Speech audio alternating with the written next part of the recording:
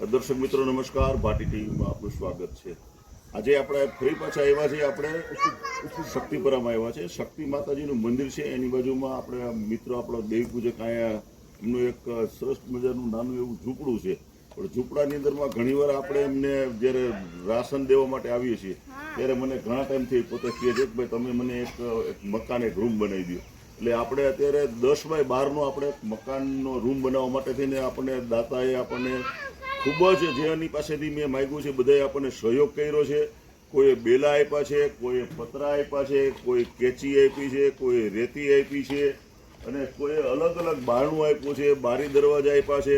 એટલે આ બધી જ વસ્તુઓ અમને મળી ગઈ છે અને ખૂબ જ સહયોગ મળ્યો છે અને 2-3 દિવસમાં કડિયા ફ્રી થશે એટલે આવી જશે અને આપણે જે ઝૂંપડું જે છે એની જગ્યાએ આપણે 12 બાય 10નું આપણે રૂમ પણ એમને બનાવી દઈશું।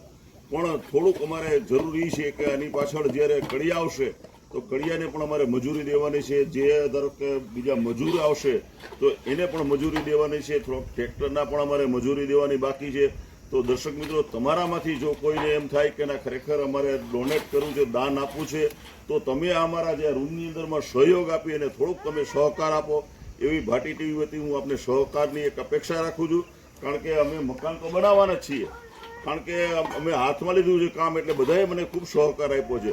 પણ થોડો ઘણો તમે જો સહકાર આપો તો અમારે એક આ રૂમનું કામ સરસ મજાનું બની જાય અને એક એમને રહેવા જેવું થઈ જાય। તો અમારી એક અપીલ જે છે ભાટી ટીવીની એ બધાએ સ્વીકારી અને થોડોક અમને સહયોગ આપશો એવી પણ બધાને વિનંતી છે। જો મિત્રો, આ બધું છે કારણ કે આપણે હવે 2-3 દિવસમાં જે ચાલુ થશે ત્યારે આ આપણે જે ઝૂંપડું જે છે એ અમને કાઢી અને એ જગ્યાએ આપણે 12 બાય 10નો આપણે રૂમ બનાવવાના છે। જો હું તમને એનું આ બતાવું છું। હવે આ ઝૂંપડાની અંદરમાં ભાઈ પોતે રહે છે અને એ જગ્યાએ આપણે એમને રૂમ બનાવી દેવાના છીએ। જો અત્યારે આપણને આ જો પતરા મળી ગયા છે, જો પતરા પણ આપણે મળ્યા છે, એટલે કોણ દાતાએ આપણે સહયોગ કર્યો છે। જો બેલા પણ આવી ગયા છે, જો 10 થેલી સિમેન્ટની પણ આવી ગઈ છે, જો બારી પણ આવી ગઈ છે, જો લોખંડની કેચી પણ આવી ગઈ છે, આમ આવી ગઈ છે। જો તમે સામે આપણે રેતી પણ આવી ગઈ છે, કહું છે તમને રેતી બધા આવી ગયા છે, બધું આવી ગયું છે। પણ થોડીક અમારે આ મજૂરી અને એના થોડુંક કામ જે છે એટલે એમાં આર્થિક થોડીક જરૂર છે। તો તમે બધાએ થોડો સહયોગ અમને આપી અને અમને એક મદદ કરો એવી તમને પણ અપીલ ભાટી ટીવીના માધ્યમથી કરું છું। કારણ કે તો આ શું છે કે આ જે ઝૂંપડું જે છે એની જગ્યાએ સરસ એક 10 બાય 12નું એક મકાન બની જાય એવી મારી ખૂબ અંતરની લાગણી છે। દર્શક મિત્રો, જો આપણા બેલા આવી ગયા છે, હું બતાવું છું તમને। આ 2 ટ્રેક્ટર ભરીને આપણને બેલાનો સહયોગ મળ્યો છે। જો આપણને 10 થેલી સિમેન્ટ પણ મળી ગઈ છે અને આ બારી પણ એક આવી છે। હજી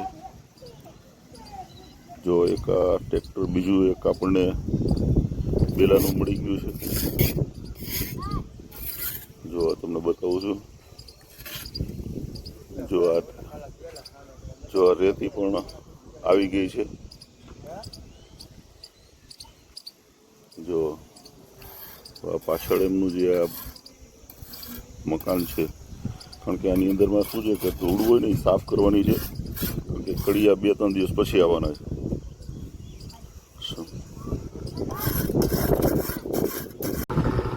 હવે આ રીતે બિચારા સાયકલ લાવે છે, તમે જુઓ, તમે જોઈ શકો છો આ રીતે। અને જો એનો ઉપરથી બધા પડી જાય તો એની દશા શું થાય તમે, એટલે મિત્રો આપણે એનું વહેલી તકે એની ઓયડી બનાવી દેવાની છે। તો તમે બધાએ વધુમાં વધુ સહયોગ આપી અને ભાટી ટીવીના માધ્યમથી આપણે એને એક ઓયડી બનાવી દેવાના છે। તો આ ગરીબ માણસને, દેવી પૂજકને તમે પણ સહયોગ આપો એવી મારી તમને 2 હાથ જોડીને વિનંતી છે। જો આ રીતે રોજના 300-400 રૂપિયા કમાય છે અને જો હમણાં આમાં કોઈ થેલી પડી જશે એટલે વળી પાછી વળી ઉતરીને વળી પાછા આ લગાવશે। જો આ રીતે ટેકા મારીને હલાવે છે।